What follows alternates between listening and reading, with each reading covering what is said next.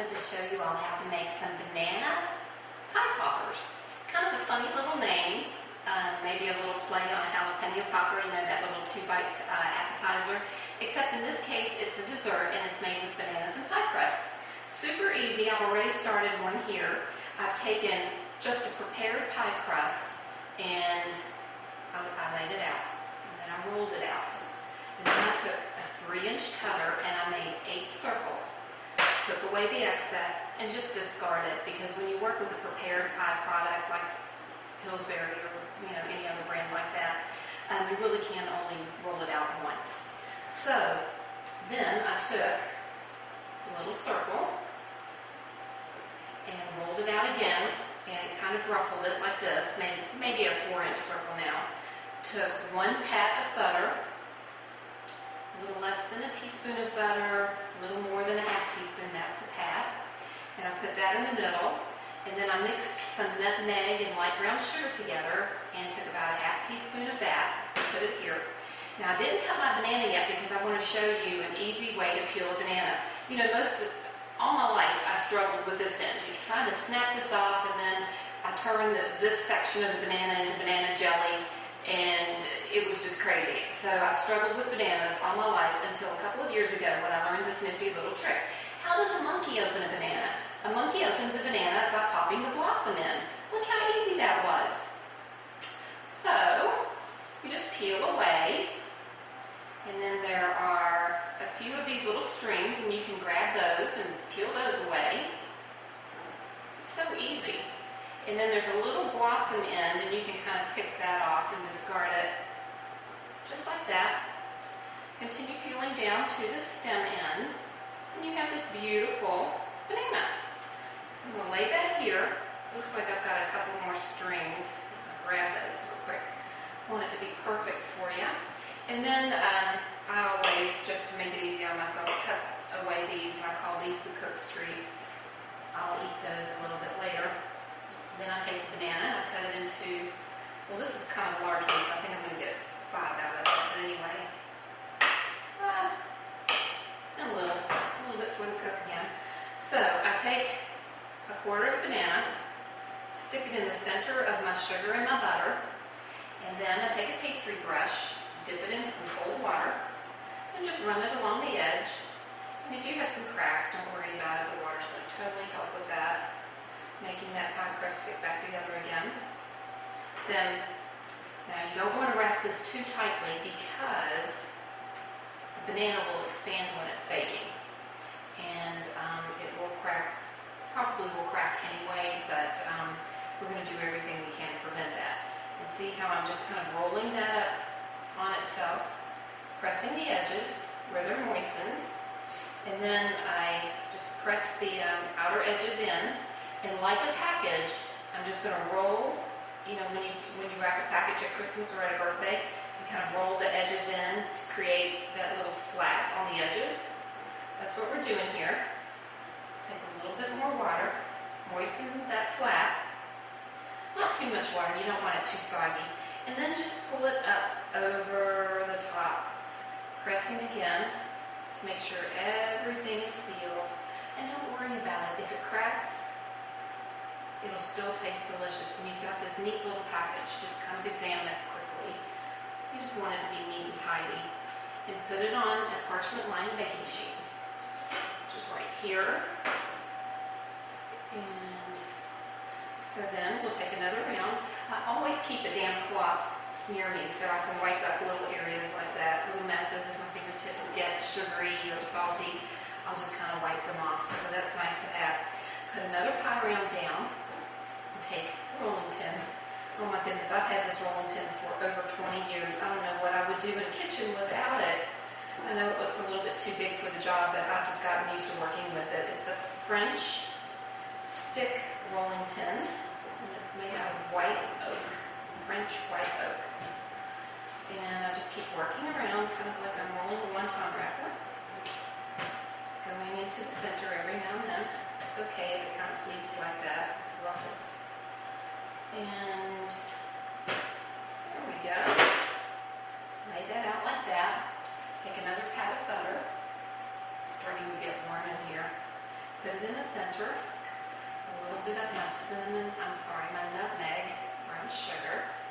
Put that in the center, kind of lay it out a little bit. Take that quarter of banana again, stick it in the center, press down lightly. And just like we did that with the first one, we're going to go around the edges here. Just like that. Now, I like the filling in the pie, and my husband likes the crust. So this is the perfect 2-bite popper for me. But if you've got a crust lover in your house, I'm going to show you a neat little trick. So we're going to go down again, pressing the outer edges inward, and then fold them in again, just like wrapping a package. Now we've got this little tail. Moisten, moisten. Bring it up. There we go. Cute little package. So I'm all about the fruit in a pie, and I actually give my extra crust to my husband. So this is a way to make a little baby pie, a little mini pie, about 3 to 4 bites in this versus our 2-bite popper. And I'll lightly roll it out again. Rolling. And if your rolling pin starts sticking like that, just grab a little bit of flour and rub it down with a little flour here. And I'll just take it and do that. And it helps so much. So we roll it out just like we did previously. And don't worry if it's not a perfect circle. This is a homey dessert, something delicious with a little bit of vanilla ice cream or even a scoop of Greek yogurt. Okay, so we set that one aside and we bring the second one over. So see, we've got twice as much crust with this one. And we roll it, keep going all the way around, and I just kind of feel the edges and I see where my beginning is because it's a little bit thinner. And like I said, it never comes out exactly close enough. Set that aside. Okay, then take another pat of butter. He's not going to get more butter than me. He's not going to get more sugar, so he gets a half teaspoon of sugar as well.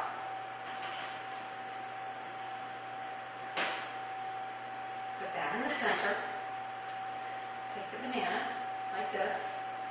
Take this crust, and don't worry if it doesn't meet exactly. Oh, can't forget our water.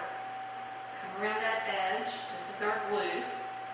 It's just plain H2O. But it will help with the sticking. Put our other one over the top. And don't worry if it doesn't come all the way to the edges of the one on the bottom. Don't worry about that. This one is just to cover that banana and that sugar and that butter. I'm going to show you a nifty little trick. Okay, so we've got that all stuck really well. Then what we're going to do is take that bottom one and we're just going to roll it. See how I'm just rolling. And we'll work around a little bit. Might need just a little bit of water again.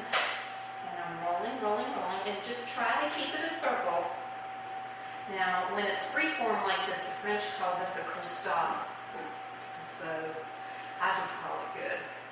I call it a little baby pie. And then we just keep rolling. If you wanted to, you could take a fork and just make the edges pretty.